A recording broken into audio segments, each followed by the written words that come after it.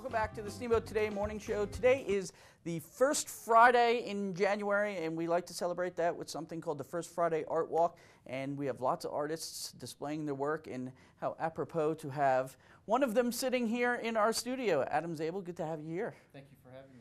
Well, thanks for coming in. And what I like about First Friday Art Walk is that there's a lot of local artists here in town, and there's also artists that come in to display their work, and there's a lot of businesses that participate in this. So it's usually a very good good event to participate in because it's very social and it's fun.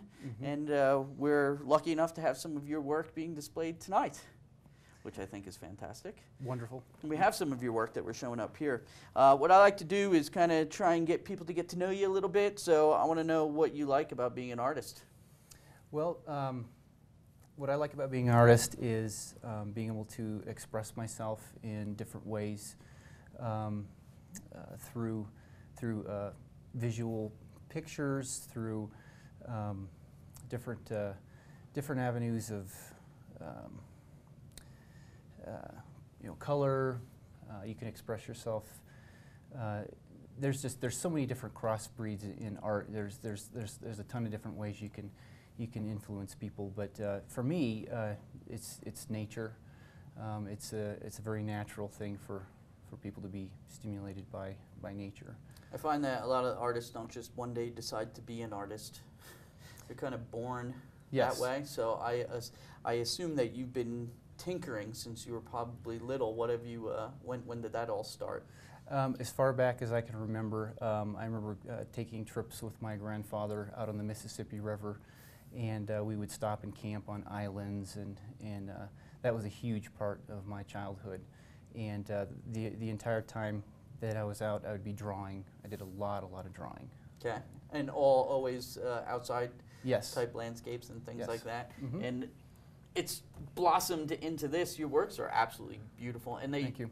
What's striking to me about everything that I see is the amount of time that I think you must have put into these works, because there's a lot of detail that goes into your paintings. Yeah. What's the average time? Depending on what I'm trying to accomplish for a given piece, obviously portraits of wildlife takes a little bit more time because you have to really get the proportions down, muscle structure and everything. Nature, the landscapes are a little more natural. I describe nature as kind of like organized chaos. So you can move things around. A lot of artists will, when they do plein air painting, will move trees, or so that the composition fits for better. What they're doing. Yes. There's a lot of brush strokes that I see in your work, and you got to kind of get up close to it in order to recognize that. It looks very much when. I'm going to pull this one in here. From far away, this almost looks like it could be a photograph. And then you have to get up close to it, and you realize that right now on television, looking on the monitor, looks like that could be a photograph.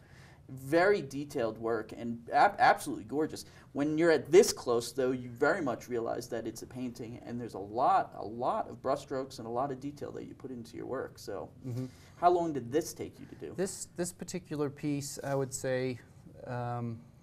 This was one of the first pieces I started on, and I did a series of quite a few paintings, so I can't remember exactly how long it took, but I want to say 3 or 4 days, full days, 8-hour days of working on it.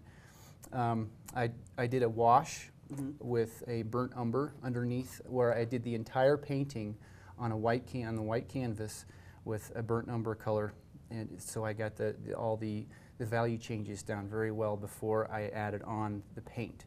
And in this particular piece, to get the effect I needed, I did the tree first, just like I would do a wildlife piece, and then I did the background after that. So after I got the branches in here, because they're all going out in different directions, so your eye is being pulled back into the painting.